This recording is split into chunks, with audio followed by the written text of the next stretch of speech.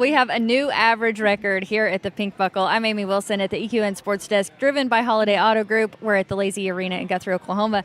And world champion Cassie Mowry is joining us after just setting a new average record.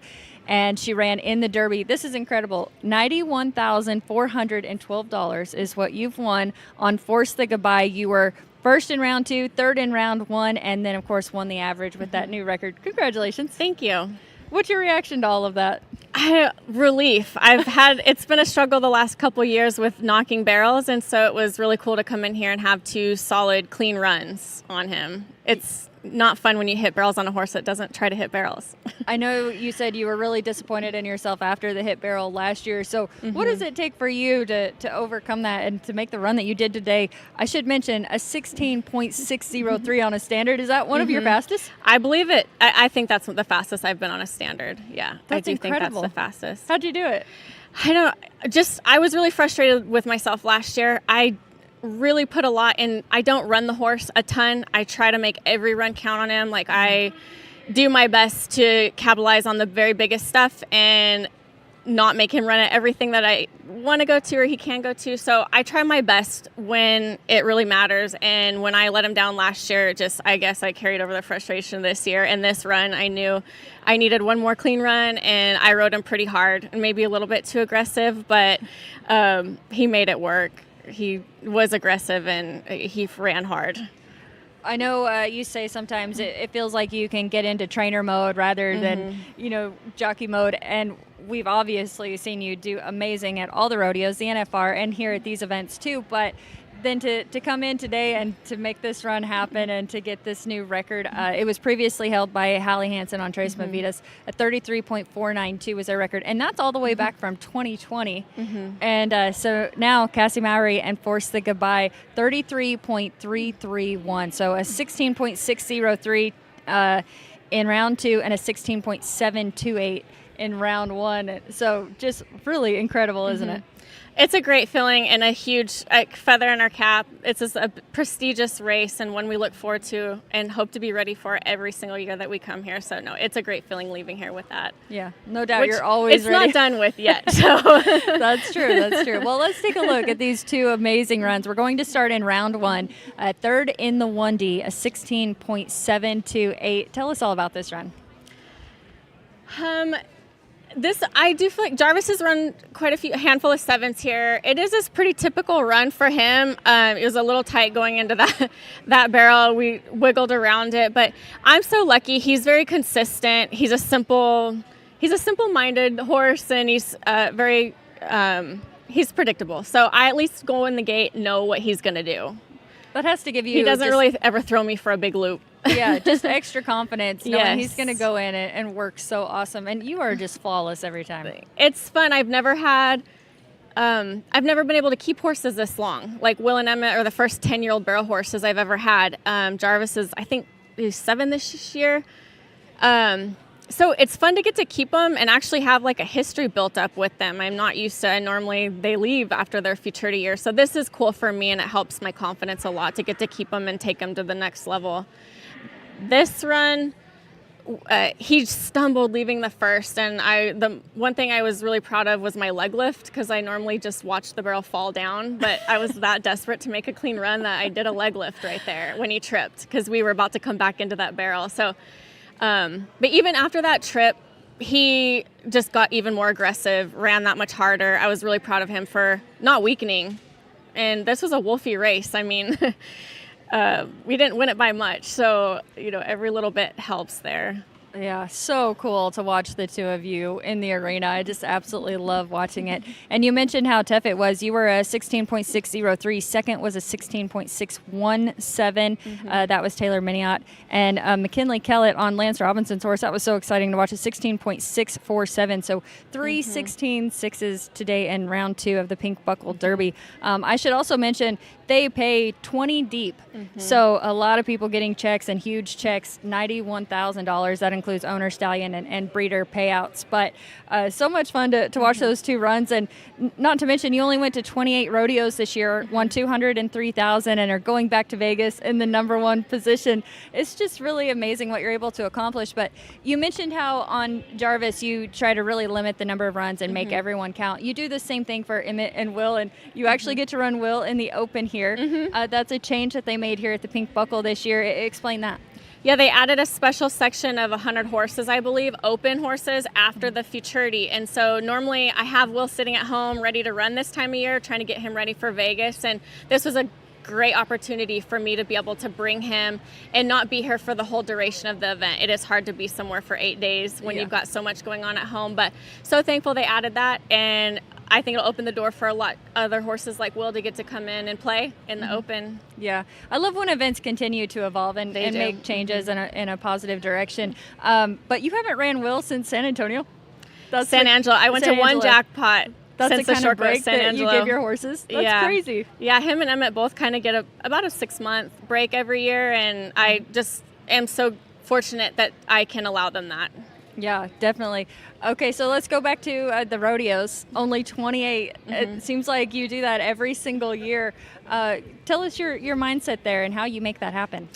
Well, I mean, I've made a lot more runs than just that with these tournament-style rodeos, but just try really hard to capitalize when I go. It's very important to me to do good, and I mean, everyone you drive, you've got a lot invested in it. You travel pretty good ways to get to them. I only get to run one horse, so I do try really hard to set myself up for success there and my horses. And now getting to keep these guys a little bit longer than I used to get to keep horses.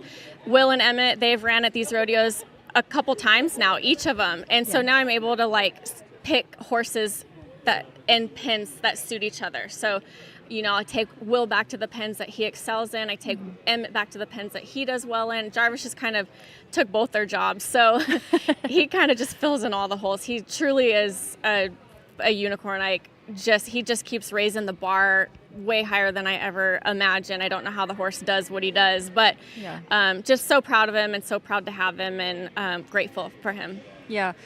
A moment I'll never forget is when you came on stage last year at Vegas for the WPRA luncheon, and it was just, a dream realized. I know it was so emotional. And then as the finals went on, winning the world championship and just everything that happened. What do you think when you think back to all of those moments and accomplishing that dream, and now it's continuing? Yeah, I guess I don't really... I don't have any big expectations when I go into these. I try to do my best and I try to be as prepared as I possibly can, but I don't just make huge goals. So I think it takes the pressure off of it for me and makes it, I am in a position where I can kind of let it happen instead of forcing it to happen. And I feel like that's where I've been more successful. It's just kind of being prepared, but letting it happen and being ready for it. Yeah. But no, it all fell into place. The horse is just that incredible, and he got me through a lot of things, and just literally so grateful for him. He's just done way more than anything I could have ever dreamed of for one horse to accomplish. Such a huge blessing. Truly a unicorn, as you said. One other thing I wanted to talk to you about, Lance Robinson was telling me that you were staying at their place in Utah this summer, and he said, all right, you're staying here, you got to help my little granddaughters, and you were like, I don't give lessons because it's just all feel, and you just know what you like. I want you to elaborate on that, the feel that you have with these horses, but then also that experience of getting to help a younger generation and the excitement there. Yeah, that was fun, and they were really cute. And a lot of natural talent there. That goes a long ways. They're super young. I don't give lessons, and I train horses, not people, and that is a big difference, and so it's hard. Some people are extremely well at articulating feel and can spot things that riders are doing. I am more comfortable just getting on your horse, and then I feel like, okay, I can feel what's going on here. Yeah. And that's more what I'm used to. And so that was different for me, but those girls had a great foundation already, and so they were really easy to help, and it was little things go a long way, you know, with barrel racing, and so I was glad it helped them, and it was fun, and I enjoyed that. What do you think helped you the most develop that feel that you have? Lots of time in the saddle. I've trained so many horses now every year. I mean, it's all I've done my whole life. And so I have a set feel, I guess, that I like how I like them to feel, and so I do try to cultivate that and get them there. But yeah, it's just a lot of time in the saddle. That's what it comes down to. Well, even before this interview, a bunch of cute little girls walked by and they just wanted to wave at you and have you wave back. And so it's so cool to see the impact that you're having on the next generation, the current generation of barrel racers, and that has to be special. It is pretty fun, really cute. It always makes my day. I always feel bad because I feel like they want to come see Jarvis, and he's not everywhere with me.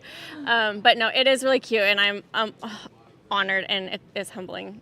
Yeah, I think you were the one who told me a while back that the rodeos provide you the opportunity to showcase your horses and let other people enjoy them. Yes. And I loved that quote from you because I think that's so true. You know, sometimes there's not a big crowd. We all love it and appreciate it, but getting to showcase them in front of a huge crowd and let them appreciate the talent that there is, I thought that was a really good point. Yeah, it's so different. Like Jarvis placed at every futurity he went to, and he had accomplished so many things before he ever rodeoed. Mm-hmm. And then when you hear the announcers, say it's his first rodeo and nobody knows who he is, and I'm like, oh my gosh, but he was a big deal. He's already won $500,000. Like it is crazy to think, but it is fun to see that like now he's kind of more of like a rodeo household name and people know who he is, and it's a very special feeling for me. I'm glad you brought up the money because Kayla was actually just figuring it up, and I think he's $6,000 away from $2 million. That's crazy. Yeah. Oh my gosh. Yeah. How exciting. That is exciting.